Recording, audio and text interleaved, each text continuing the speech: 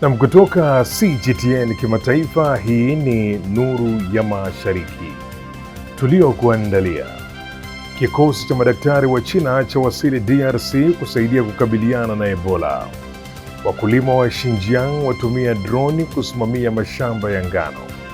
Na China yaongeza biashara kupitia ushirikiano wa kikanda.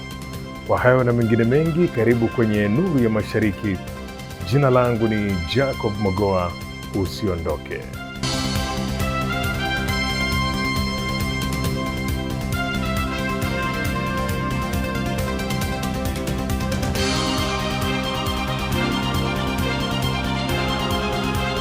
Na timu ya wataalamu wa afya kutoka China inayopambana na magonjwa ya mlipuko imewasili mjini Kinshasa, mji mkuu wa Jamhuri ya Kidemokrasia ya Kongo DRC, siku ya Jumanne wiki hii kwa ajili ya kupiga jeki vita dhidi ya Ebola nchini humo. Ujumbe huu utakuwa DRC kwa miezi mitatu. Tomo Njala anatueleza zaidi. Luku Mayelo Morias, mwakilishi wa Wizara ya Afya ya DRC, alipokea timu hiyo ya China katika uwanja wa ndege na kusema kwamba hatua ya China kutuma wataalamu wa afya ni msaada wa wakati mwafaka na wenye nguvu kwa serikali na wananchi wa DRC.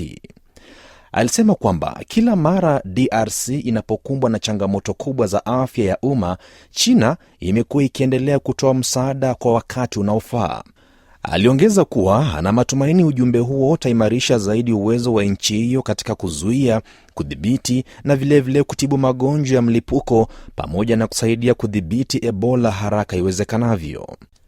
Lu Ming, mkuu wa kikosi cha wataalamu wa China na pia mkaguzi wa ngazi ya pili katika idara ya ushirikiano wa kimataifa chini ya Tume ya Kitaifa ya Afya ya China, anasema madaktari hao wataanza kazi mara moja kulingana na mahitaji ya upande wa DRC na itashirikiana na taasisi za afya na udhibiti wa magonjwa za eneo hilo kutoa msaada katika tathmini ya mlipuko, usimamizi wa wagonjwa na maeneo mengine.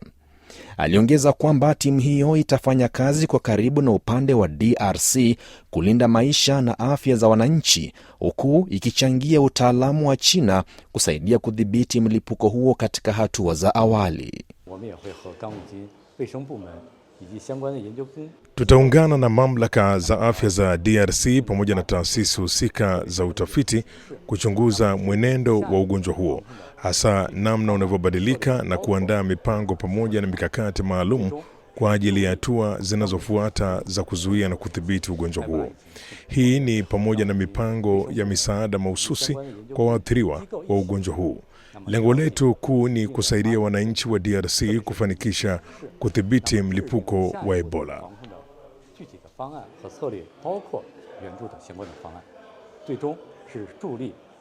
Mnamo tarehe 15 mwezi Mei mwaka huu, DRC ilithibitisha rasmi mlipuko wake wa 17 wa Ebola tangu mwaka 1976. Siku mbili baadaye, shirika la afya duniani WHO lilitangaza mlipuko huo kuwa dharura ya afya ya umma ya kimataifa. Tume ya Kitaifa ya Afya ya China ilitangaza mnamo Jumatatu wiki hii uamuzi wa kutuma kikosi cha wataalamu wa afya nchini humo ili kusaidia juhudi za DRC kudhibiti Ebola. Kwa mujibu wa tume hiyo, kundi la kwanza lina wanachama 5 wenye uzoefu mkubwa katika kudhibiti magonjwa ya mlipuko. Pia watashirikisha uzoefu wa vitendo wa kukabiliana na magonjwa hayo kulingana na mazingira ya eneo husika na kusaidia kuimarisha uwezo wa DRC katika kuzuia, kudhibiti na kutibu Ebola. Kwingineko ni kwamba ushirikiano wa kikanda wa kina wa kiuchumi unaojulikana kama RCEP, ambao ni mkataba mkubwa zaidi wa biashara huria duniani, umeendelea kuimarisha ushirikiano wa kibiashara kati ya nchi wanachama katika kipindi cha miaka 3 iliyopita na kuleta manufaa halisi kwa wananchi wa mataifa hayo. Nilizamia taarifa hiyo na kukuandalia ripoti ifuatayo. Mkataba huo ulianza kutekelezwa rasmi Januari mosi mwaka wa 2022 na unahusisha mataifa 15 ya ukanda wa Asia na Pacific. Mataifa hayo ni pamoja na nchi 10 wanachama wa ASEAN ambazo ni Brunei, Cambodia, Indonesia, Laos, Malaysia, Myanmar, Ufilipino na Singapore, Thailand na Vietnam, pamoja na washirika wao 5 wa biashara ambao ni China, Japan, Korea Kusini, Australia na New Zealand. Kupitia makubaliano hayo, mfumo wa kanuni za asili ya bidhaa umeondoa ushuru kwa bidhaa zinazouzwa kati ya nchi wanachama, hatua inayowezesha kampuni za biashara ya kimataifa kupunguza gharama za mauzo ya nje katika masoko ya RCEP. Aidha, RCEP imeharakisha taratibu za forodha, kupunguza muda wa usafirishaji na kurahisisha biashara za kimataifa kwa kampuni mbalimbali. Kwa mujibu wa Benki ya Maendeleo ya Asia ADB, utekelezaji kamili wa RCEP unatarajiwa kuzalisha mapato ya dola bilioni 245 za Marekani pamoja na kuongeza ajira milioni 2.8 katika uchumi wa ukanda huo kufikia mwaka wa 2030. Katika mwezi Aprili pekee, mamlaka za China zilitoa vyeti 34,840 vya asili ya bidhaa chini ya mfumo wa RCEP, ikiwa ni ongezeko la asilimia 13.77 ikilinganishwa na kipindi kama hicho mwaka uliopita.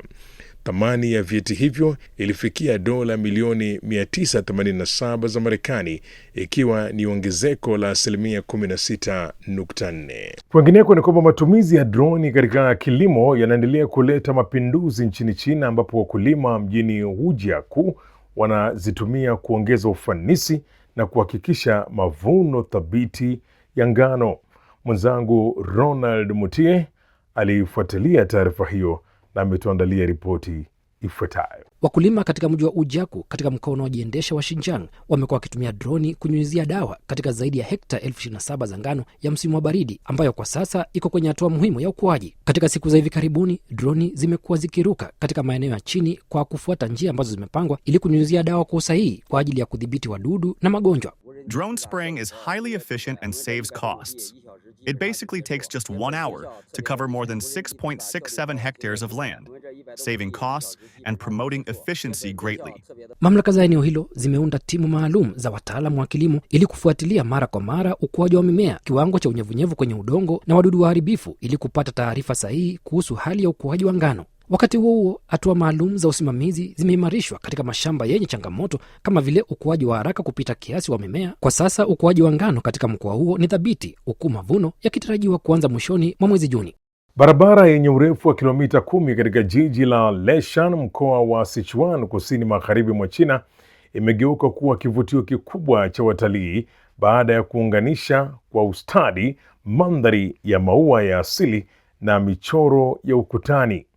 Eneo hilo sasa linawavutia wakazi wa eneo hilo pamoja basi na wageni kutoka sehemu mbalimbali wanaofika kushuhudia uzuri wake na kupiga picha. Mwenzangu Simiyu Wanjala ana kina cha taarifa hiyo. Ukuta uliopo kando ya barabara kuu inayounganisha wilaya ya Shizong na Shawan umefunikwa na maua ya Bougainville yaliyostawi kwa wingi, yakitengeneza muonekano wa kuvutia wa rangi ya waridi. Maua haya yamechanganyika na michoro mbalimbali ya kisanii iliyopakwa ukutani na kuifanya barabara hii kuwa eneo maarufu mtandaoni na kivutio kipya cha watalii. Watalii wanaotembelea eneo hili wanasema mchanganyiko wa maua na michoro umeongeza uzuri wa mazingira na kufanya picha wanazopiga kuwa za kuvutia zaidi. Barabara hii ya mandhari inapita kando ya mto Dhadu ambao baadaye huungana na mto Yangtze. Mwaka wa 2025, walimu na wanafunzi wa sanaa kutoka eneo hili walianza kuchora michoro ya ukutani kwa hiari, hatua iliyochangia kuibadilisha sura ya eneo hili pakubwa. Kutokana na mafanikio haya, wilaya ya Shawan ilianzisha mradi wa ushirikishwaji wa umma katika uchoraji wa michoro ya ukutani ili kuendeleza ubunifu na kuvutia mawazo mapya kutoka kwa jamii. Maafisa wa mradi huu wanasema walipokea maombi kutoka kwa wasanii mbalimbali, ambapo zaidi ya wasanii 20 walijisajili kushiriki. Kati ya kazi zilizowasilishwa ni michoro 14 ya ubora wa juu ilichaguliwa na kuzinduliwa wakati wa likizo ya sikukuu ya Mei Mosi mwaka huu. Hadi sasa karibu michoro 40 ya kipekee imechorwa kwenye ukuta unaoambatana na barabara hii, ikiendelea kuifanya Leshan kuwa moja ya maeneo mapya yanayovutia watalii kote nchini China. Ujenzi wa mradi mkuu wa mfereji wa Pinglu katika mkoa wa kujitawala wa Guangxi kusini mwa China umefikia hatua nyingine muhimu siku ya Jumatano baada ya vivutio viwili muhimu kuanza majaribio ya kujaza maji katika mfereji huo ambao ni muhimu kabla ya kufunguliwa rasmi baadaye mwaka huu. Hamish Darwish anatueleza zaidi. Mfereji huo wenye urefu wa takriban kilomita 134 unaanzia katika mji wa Hangzhou mkoani Guangxi na kuishia katika Baibu Gulf. Unachukuliwa kuwa moja ya miradi muhimu ya ukanda mpya wa kimataifa wa biashara na usafirishaji wa nchi kavu na bahari. Njia muhimu ya biashara na usafirishaji inayojengwa kwa ushirikiano kati ya maeneo ya ngazi ya mikoa ya magharibi mwa China na nchi wanachama wa mataifa ya ASEAN. Mradi huo ulianzishwa mwezi Agosti mwaka 2022 na unatarajiwa kuanza shughuli zake mwishoni mwa mwaka 2026. Majaribio ya sasa ya kujaza maji yalianza Jumatano asubuhi katika kituo cha Chushi na kituo cha Madao, ambapo operesheni hiyo inatarajiwa kudumu kwa takriban siku 30 na kuhitaji ujazo wa maji wa takriban mita za ujazo milioni 7. Ingawa kujazwa kwa sehemu za mfereji kutaruhusu matumizi fulani ya awali, usafiri kamili wa majini katika mfereji huo utawezekana tu baada ya kukamilika kwa miundombinu mingine muhimu kama maeneo ya huduma za maji na bandari. Baada ya kuanza kufanya kazi kikamilifu, mfereji wa Pinglu utawezesha usafirishaji wa moja kwa moja wa bidhaa kutoka Guangxi pamoja na majimbo jirani ya Yunnan na Guizhou kupitia mfumo wa mto Shijiang kuelekea bandari za ghuba ya Beibu mkoani Guangxi badala ya kupitia mkoa wa Guangdong kusini mwa China. Mabadiliko hayo ya kimkakati yanatarajiwa kupunguza umbali wa usafirishaji kwa takriban kilomita 560, hivyo kuongeza ufanisi wa biashara na kupunguza gharama za usafirishaji. Zaidi ya watoto milioni 13 nchini China wanaoishi na matatizo ya akili hivi sasa wanaweza kunufaika na teknolojia mpya ya roboti yenye umbo la binadamu ambayo imeundwa kusaidia utambuzi na tiba ya ugonjwa huo kwa usahihi zaidi. Zakia Pong anatuelezea zaidi kwenye sehemu yetu ya Ifahamu China.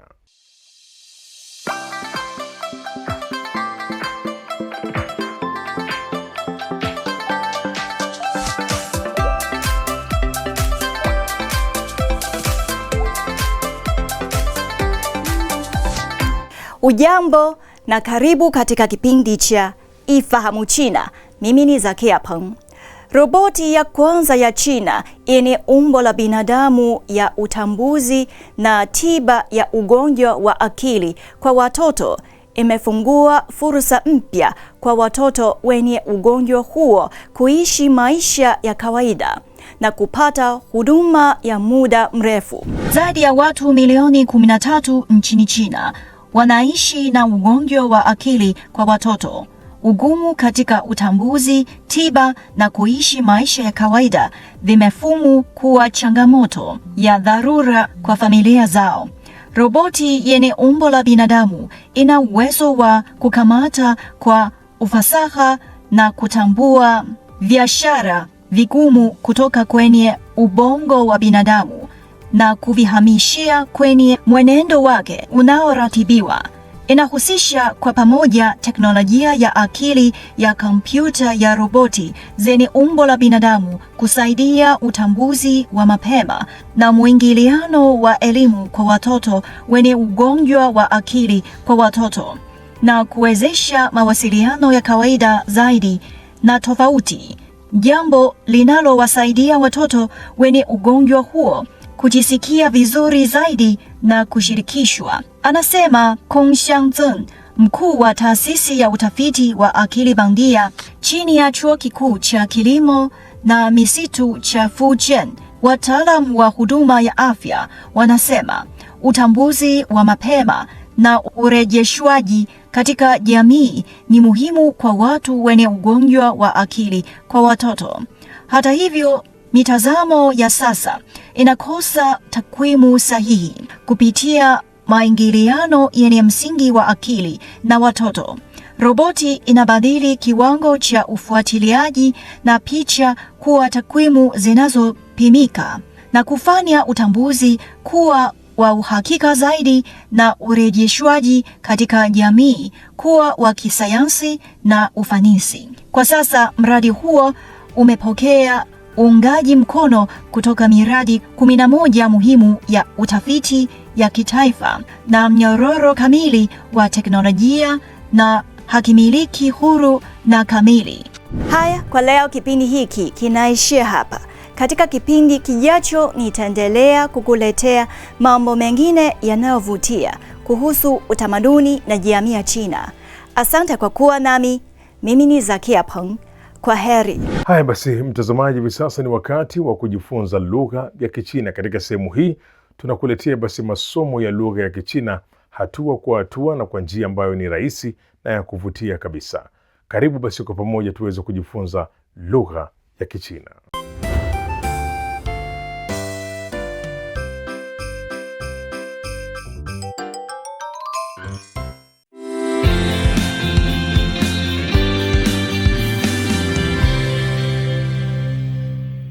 Mambo, karibu katika darasa la Kichina la YCT.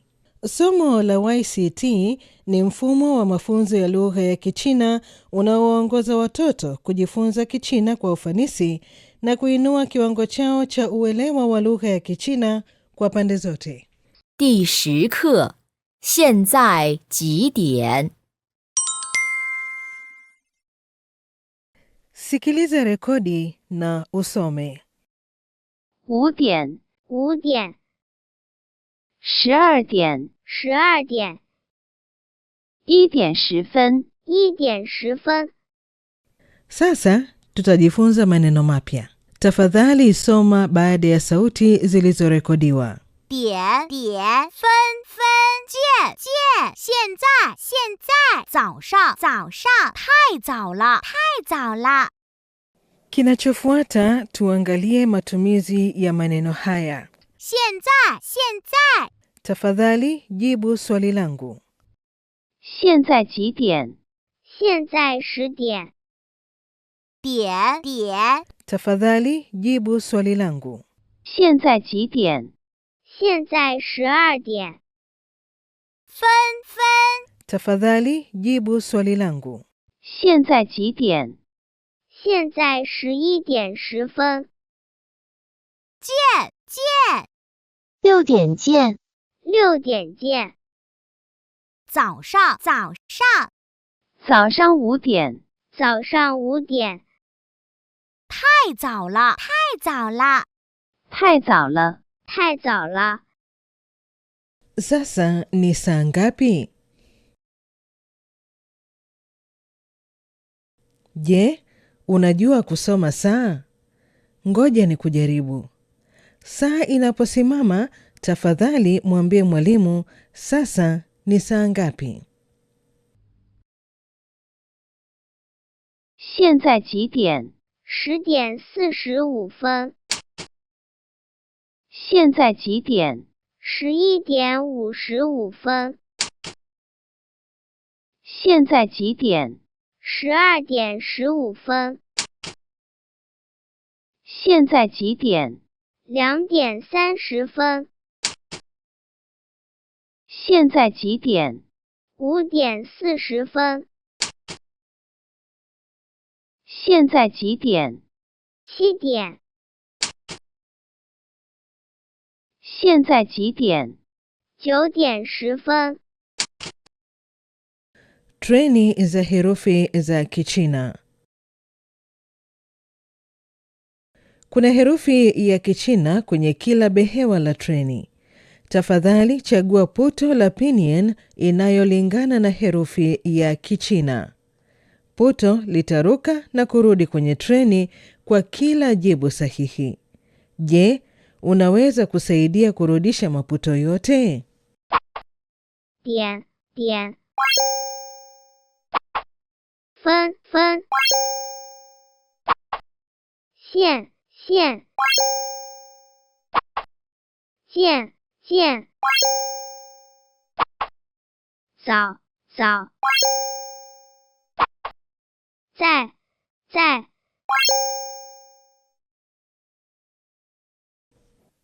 Kazi ya nyumbani ya leo ni kusoma maneno mapya. Kesho tutaendelea kucheza michezo ya maneno. Kufikia hapo basi ndipo ninapokamilisha makala haya ya Nuru ya Mashariki. Usikose kujiunga nasi tena juma lijalo sana wakati kama huu kwa makala mengine ya Nuru ya Mashariki. Kwa niaba ya wote waliofanikisha kuletea makala haya, mimi ni Jacob Magoa na nasema shukran kwa kuwa nami. Kwa taarifa zaidi kuhusu China, unaweza kutembelea tovuti ya CRI Kiswahili na marafiki_CN kwenye Facebook. Pia unaweza kupakua app ya Cheche kwenye Google Play na Palm Store.